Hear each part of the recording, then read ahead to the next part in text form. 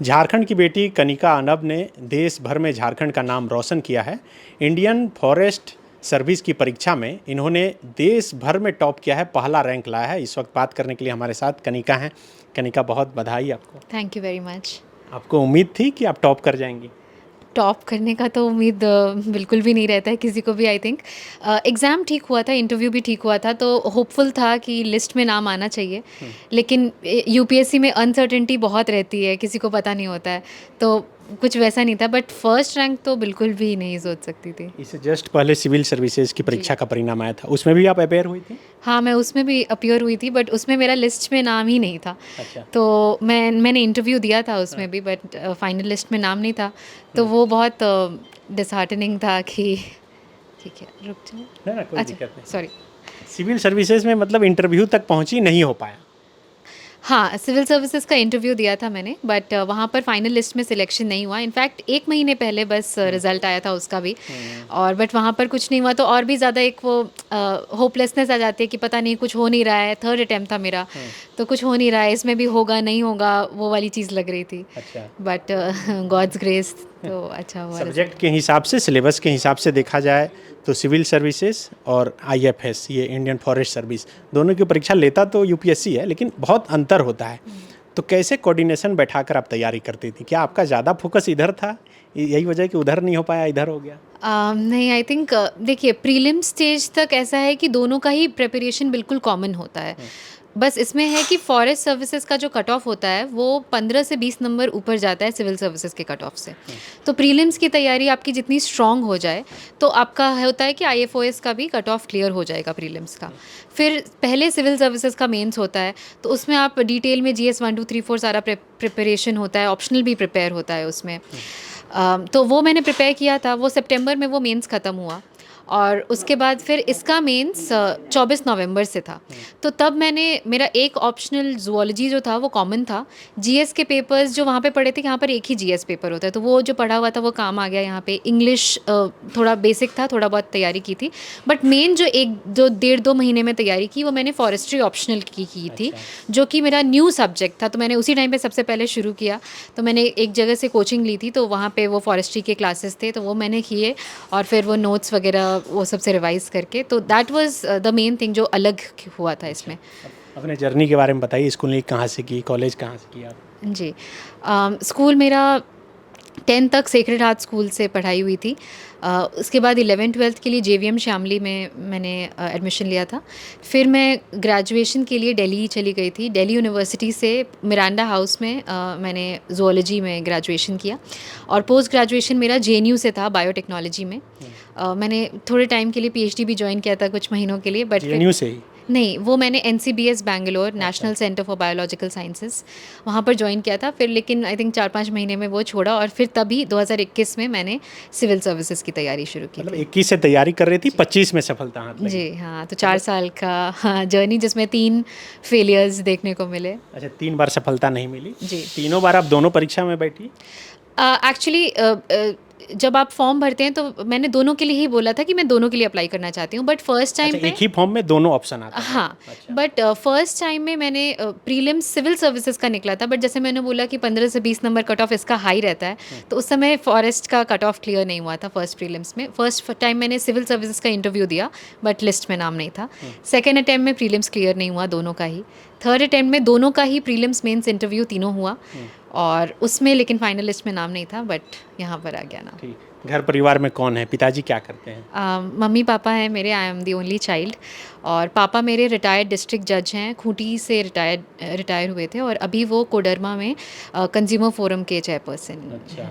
Single child कहा जाता है कि ज़्यादा प्यार दुलार मिल जाता है, वो लाइन से डाइवर्ट हो जाती हैं, लेकिन आप एकदम बना के रखी। हाँ, नहीं, मतलब प्यार दुलार मेरे को मिला इन अ डिफरेंट वे, कि केयर मिल रहा है, वो सब मिल रहा है। लेकिन आई थिंक वो जो कि बिगाड़ने वाला या उस तरीके का, वो वैसा नहीं था, क्योंकि मम्मी पापा हमेशा से बहुत मतलब स्ट्रिक्ट भी थे, और वो पर्टिकुलर भी थे कि फोकस करना है, सही फोकस हमेशा सही जगहों पर रखना है। तो आई थिंक वो इन टर्म्स ऑफ केयर तो वो पैम्परिंग मिली है तो काफ़ी। आप रांची में रहकर तैयारी कर रही थी या दिल्ली में? मैं 5-6 महीने के लिए शुरू में जब मैंने प्रिपरेशन शुरू किया था तो मैं दिल्ली गई थी, वहाँ पे लाइब्रेरी में पढ़ती थी। बट फिर मैं 2022 की जनवरी ऑनवर्ड्स मैं यहीं पर हूँ इंटरव्यू की तैयारी के लिए 2-3 महीने के लिए, क्योंकि वहाँ पर मॉक इंटरव्यूज़ होते हैं जो कि सिर्फ दिल्ली में ही होते हैं, तो उस टाइम पे जाना पड़ता है। बट प्रीलिम्स मेंस की तैयारी मैंने प्रॉपर घर से की घर है। से की मम्मी ख्याल रख रही होगी उस दिन? हाँ ऑफ कोर्स, सारे टाइम खाना पीना वो सारा कुछ देखना, और मतलब मेरा बेसिकली पढ़ने के अलावा और दूसरा कोई काम नहीं होता था, तो सारा कुछ मम्मी पापा देख लेते थे जो भी करना है। तो हमारा चैनल ज़्यादातर स्टूडेंट ही देखते हैं, जी। उनके लिए क्या मैसेज होगा, कैसे पढ़ाई करें, यूपीएससी की तैयारी करने के लिए कौन सी मुख्य बातें हैं जिस पर फोकस करना चाहिए? यूपीएससी में सबसे पहले तो आपको जो सबसे पहला स्टेज होता है प्रीलिम्स, तो यहाँ पर आपको तैयारी करने के लिए जो भी आपके बेसिक बुक्स होते हैं एनसीईआरटीज़ और जो भी स्टैंडर्ड बुक्स प्रेस्क्राइब किए जाते हैं वो सारे कुछ को थरोली पढ़ना होता है, बार बार रिवाइज़ करना होता है। करंट अफेयर्स के साथ आपको टच में रहना है, प्रीवियस ईयर क्वेश्चंस को अच्छे से करते रहना है, बार बार टेस्ट्स देते रहने हैं। और आजकल ऑनलाइन सोर्सेज बहुत अवेलेबल हैं जिसकी वजह से मुझे भी बहुत हेल्प मिला था, क्योंकि मैं दिल्ली में नहीं थी, तो वो सारे ऑनलाइन सोर्सेज को लेते हुए फिर मैंने उससे प्रिपरेशन किया था। ये प्रीलिम्स का मेन तैयारी होता है। और मेंस और इंटरव्यू पे फिर आपका डिमांड अगेन बदल जाता है। मेंस में आपको आंसर राइटिंग की प्रैक्टिस करने की काफ़ी ज़रूरत है, तो मेंस में मेन फोकस उस चीज़ पे रहता है। आप अपने नोट्स बनाइए और आंसर राइटिंग प्रैक्टिस करिए। और इंटरव्यू में अगेन फिर आप मॉक इंटरव्यूज़ दीजिए, आप बोलने का थोड़ा प्रैक्टिस करिए कि उतने सीनियर मेंबर्स के आगे कैसे बोलना है, क्या बोलना है, क्या अप्रोप्रिएट होता है बोलना, उन चीज़ों का थोड़ा प्रैक्टिस करना होता है। तो ये आईएफएस का जो इंटरव्यू था उसमें कुछ झारखंड, चूँकि ये तो वन वाला ही इलाका है, तो बहुत ज़्यादा सवाल होगा आपसे तो। बहुत ज़्यादा नहीं था, मेरा इंटरव्यू अराउंड 28 to 30 मिनट्स चला होगा। उसमें से थोड़ा सा मुझे पूछा गया था कि झारखंड में बायोडाइवर्सिटी लॉस के क्या रीजंस हो रहे हैं, और फिर एक दूसरे सर थे, उन्होंने मुझे थोड़ा वो ऐसा सच पर्टिकुलर झारखंड का नहीं था, but coming from a state which has a substantial tribal population, तो उन्होंने पूछा कि ट्राइबल्स के कुछ इश्यूज़ होंगे तो आप कैसे उन्हें हैंडल करिएगा, उनके जो सेक्रेड साइट्स होते हैं, कुछ कंट्रोवर्सी हो जाए माइंस वगैरह को लेकर, तो वो सब आप कैसे हैंडल करिएगा। तो ये क्वेश्चन मतलब यहाँ का जो लॉ वगैरह है, सीएनटी एसपीटी, उसको लेकर भी नहीं, कुछ वैसा पर्टिकुलर नहीं था। एक बहुत ब्रॉड क्वेश्चन पूछा गया था कि अगर आप कहीं पे पोस्टेड हैं और वहाँ पर कुछ माइनिंग होनी है बट ट्राइबल्स रेजिस्ट कर रहे हैं, तो आप कैसे उससे उनसे बात करिएगा, कैसे क्या सोल्यूशन निकालिएगा, तो उस तरह तो का। इसमें तो स्टेट सिलेक्शन का भी होगा कि आप कहाँ सेवा देना चाहती हैं। आप झारखंड चुनी है? मैंने एक्चुअली उड़ीसा चूज़ किया है, क्योंकि मुझे लगा कि वो बायोडाइवर्सिटी के तौर पे ज़्यादा रिच स्टेट है, वहाँ पे कोस्ट भी है और आपके नेशनल पार्क्स, वाइल्ड लाइफ सैंक्चुरीज़ वो सारे कुछ ज़्यादा हैं, और मेरा बैकग्राउंड जूलॉजी का रहा है, तो मुझे बायोडाइवर्सिटी कंजर्वेशन में थोड़ा इंटरेस्ट आता है, बायोडाइवर्सिटी में इंटरेस्ट है। सो इसलिए मुझे लगा कि उड़ीसा ज़्यादा अच्छा ऑप्शन होगा, घर के पास भी है और वो काम करने का स्कोप थोड़ा और ब्रॉड है वहाँ पर। घर के पास मतलब आप कहाँ की मतलब रहने वाली? झारखंड के अच्छा, पास है, बगल में इसलिए है। मुझे लगा कि बगल का स्टेट है और अपॉर्चुनिटीज़ भी इंटरेस्टिंग है, वहाँ पे कोस्ट है, तो सारा कुछ है। तो झारखंड में भी जंगल को बचाने को लेकर कई तरह के काम हो रहे हैं, क्योंकि आप तो अब टॉप हो गई, पूरा देश सुनेगा आपको, जानना चाहेगा क्या करना चाहिए झारखंड में। झारखंड में देखिए अलग अलग प्रॉब्लम्स होते हैं। जैसे अगर हम शहरों की बात करें तो यहाँ पर हम लोग कोशिश कर सकते हैं कि अर्बन फॉरेस्ट्री को बढ़ावा दे सकते हैं, कि जगह जगह पर अगर छोटे छोटे सेगमेंट्स क्रिएट करें हम लोग, मियावाकी और अदर कुछ इस तरह के तकनीक यूज़ करते हैं कि छोटे जल्दी फॉरेस्ट ग्रो कर जाते हैं अर्बन एरियाज़ में। तो अर्बन एरियाज़ में तो इस तरह का, या बीच में रोड्स के अलॉन्ग कुछ ग्रीन बेल्ट्स वगैरह प्लांट करना, पार्क्स वगैरह रखना, वो सारी चीज़।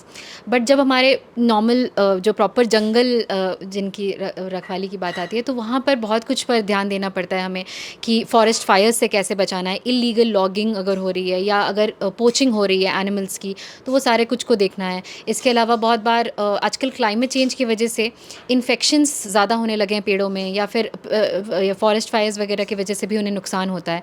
तो क्लाइमेट चेंज के चैलेंजेस से कैसे बचाना है अपने जंगलों को, और कैसे मतलब, और एक और एस्पेक्ट आता है कि अगर हम लोग ये फॉरेस्ट्री को एग्रीकल्चर के साथ कंबाइन करें, एग्रो फॉरेस्ट्री वाला जो स्ट्रीम होता है, तो वो जो फार्मर्स होते हैं उनके लिए काफ़ी बेनिफिशियल होता है, एक ऑल्टरनेट सोर्स ऑफ इनकम भी होता है। तो एग्रो फॉरेस्ट्री मॉडल को कैसे और बढ़ा सकते हैं जिससे हमारे ट्राइबल्स को और अच्छा इनकम हो, उन्हें ऐसा नहीं हो कि क्रॉप लॉस हुआ तो सारा मतलब इनकम का बहुत डेंट पड़ गया। तो ये सारे कुछ आई थिंक हम लोग काम कर सकते हैं इन एरियाज में। IFS के फॉर्म भरने में तो ये तो कोई खास सब्जेक्ट ही रहता है, जैसे आपका जियोलॉजी था ना, जूलॉजी था, तो और कौन कौन से सब्जेक्ट होते हैं? और आप जब जियोलॉजी में पढ़ रहे थे तो यही सोचकर पढ़ रहे थे कि आगे इसमें मदद मिले? मैं पहला क्वेश्चन बोलती हूँ पहले कि इसमें फॉरेस्ट सर्विसेज में कंडीशन है कि अगर आप साइंस स्टूडेंट रहे हैं, आपका साइंस का बैकग्राउंड है, तभी आप इसमें अपीयर हो सकते हैं। साइंस में कोई भी सब्जेक्ट है? हाँ, तो जैसे इंजीनियर्स भी एलिजिबल हैं साइंस में, फिर आपका फिजिक्स केमिस्ट्री बायो कुछ भी है तो आप एलिजिबल हैं। डॉक्टर्स एलिजिबल नहीं होते हैं इसके लिए, और आर्ट्स और कॉमर्स स्ट्रीम वाले लोग एलिजिबल नहीं होते हैं इसके लिए। आपका ऑप्शनल क्या था इसमें? मेरा ऑप्शनल जूलॉजी था, सिविल सर्विसेज में भी जूलॉजी था और यहाँ पर भी जूलॉजी था, और दूसरा ऑप्शनल मेरा फॉरेस्ट्री था। यहाँ पर 2 ऑप्शनल लेने पड़ते हैं। आप सोशल मीडिया चलाती हैं? अभी बहुत कम एक्चुअली, मेरा बहुत टाइम से तो मेरा इंस्टाग्राम वगैरह अनइंस्टॉल ही था। वो एग्ज़ाम इंस्टाग्राम पर हैं? तो मैं हूँ, लेकिन वो एग्ज़ाम के टाइम पर मतलब लाइक 6-7 महीने अनइंस्टॉल्ड ही रहता था। एग्ज़ाम ख़त्म हुआ तो मैं भी 2-3 दिन देख लिया कि क्या चल रहा है दुनिया में, उसके बाद फिर हटा लिया, क्योंकि अभी तो कॉन्स्टेंटली एग्ज़ाम्स इंटरव्यूज़ यही चल रहे थे, वो एक प्रॉपर ब्रेक मिला नहीं है। तो कुछ दिन के लिए बीच में चला लिया, फिर हटा देती थी। साधारण लड़की जितना कर सकती है उतना करते थे, लेकिन एग्ज़ाम के समय थोड़ा परहेज किया। हाँ, एग्ज़ाम के टाइम पर तो आई थिंक उस समय आई थिंक मैंने मार्च में लास्ट ईयर मार्च में अनइंस्टॉल किया था अपना इंस्टाग्राम, फिर मैंने दिसंबर में डाला था।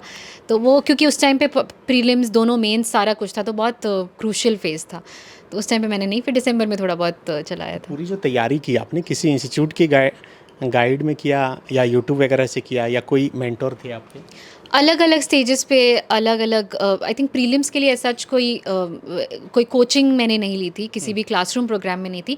टेस्ट सीरीज़ लिया था। फिर मेन स्टेज पे आपको थोड़ा सा गाइडेंस चाहिए होता है in terms of content, notes and all.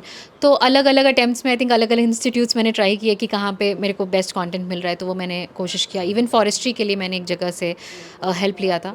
और फिर इंटरव्यू में भी तो काफ़ी कोचिंग इंस्टीट्यूट्स जो होते हैं वहाँ पर मॉक इंटरव्यूज़ कंडक्ट कराते हैं, तो मैंने बहुत सारे मॉक इंटरव्यूज़ दिए थे अलग अलग इंस्टीट्यूट्स में। तो इन दैट वे हेल्प मिला। और ऑनलाइन तो बहुत हेल्प मिलता है। आई थिंक कोई भी टॉपिक पे आप फंस रहे हैं, आपको डाउट हो रहा है, क्लैरिटी नहीं है, आप गूगल कर सकते हैं। वीडियोज़ होते हैं बहुत अच्छे explanatory videos, very high quality videos, तो वो रेफ़र किया था मैंने टू बिल्ड। रांची में रहकर तैयारी की जा सकती है?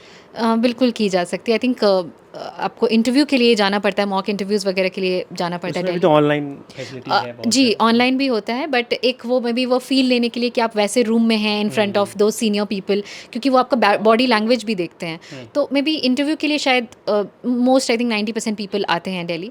बट प्रीलिम्स और मेंस तो I think specially now that Covid वगैरह के बाद जब इतना ज़्यादा डिजिटल मीडिया पे ये सब कुछ आने लगा है, तो ज़्यादा लोग अब घर पे रहते हैं और घर पे रहकर ही तैयारी करते हैं। वो एक कंफर्ट भी है कि अच्छा खाना मिल रहा है, सब कुछ है, एक पीस ऑफ माइंड है, मम्मी पापा हैं तो थोड़ा इमोशनल सपोर्ट भी है। और तैयारी आई डोंट थिंक कोई क्वालिटी तैयारी की अफेक्ट होती है उसके वजह से। जितने अभी परीक्षा के परिणाम आ रहे हैं, चाहे UPSC हो या 10th 12th किसी का भी, लड़कियाँ ही टॉप क्यों कर रही हैं?